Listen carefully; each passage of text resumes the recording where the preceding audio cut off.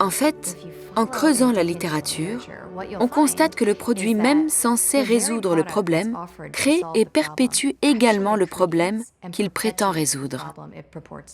C'est vrai pour les antibiotiques, qui augmentent en fait le risque d'infection et déstabilisent l'immunité naturelle alors qu'ils prétendent éliminer le risque d'infection.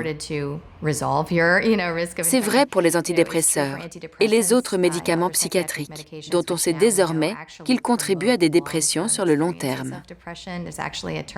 La littérature a un mot pour ça. C'est la dysphorie tardive. C'est vrai pour les vaccins qui peuvent endommager, désorganiser et troubler l'immunité, qui peuvent répandre les virus mêmes contre lesquels ils prétendent nous protéger.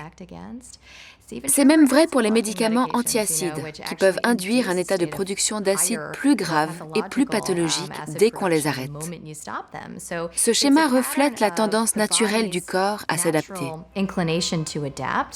Quand on introduit un produit chimique chronique sous la forme d'un produit pharmaceutique, le corps s'y adapte très bien, créant une nouvelle normalité. C'est souvent à la fin de l'utilisation d'un produit pharmaceutique qu'on réalise les efforts que son corps a faits pour s'adapter. Nous devons commencer à considérer les symptômes comme une chose qu'on peut choisir d'affronter, éliminer à la racine, reconnaître et résoudre.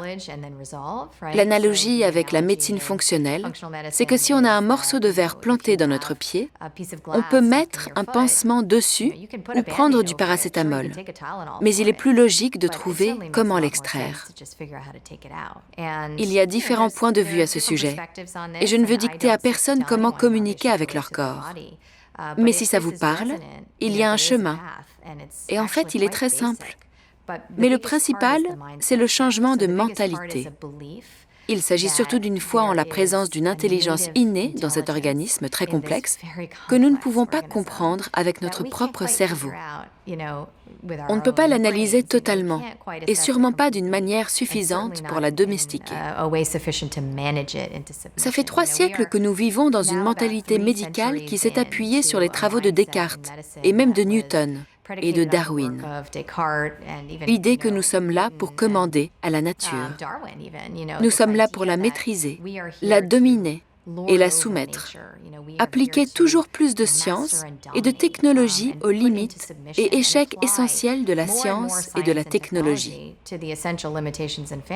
Encore un peu plus, pour régler le problème. Plus de médicaments pour gérer les effets secondaires des premiers, pour gérer... C'est l'effet domino. Je crois d'ailleurs que nous commençons à sentir, presque collectivement, la faillite de ce modèle, ou du moins qu'il est temps d'élargir notre conscience autour d'un type différent d'approche de notre propre corps. Et c'est lié à ce qui est pour moi un point de vue plus féminin, un type de médecine plus féminin, si vous voulez. Et c'est lié à la relation à l'environnement. C'est lié à la signification profonde de la communauté et du collectif.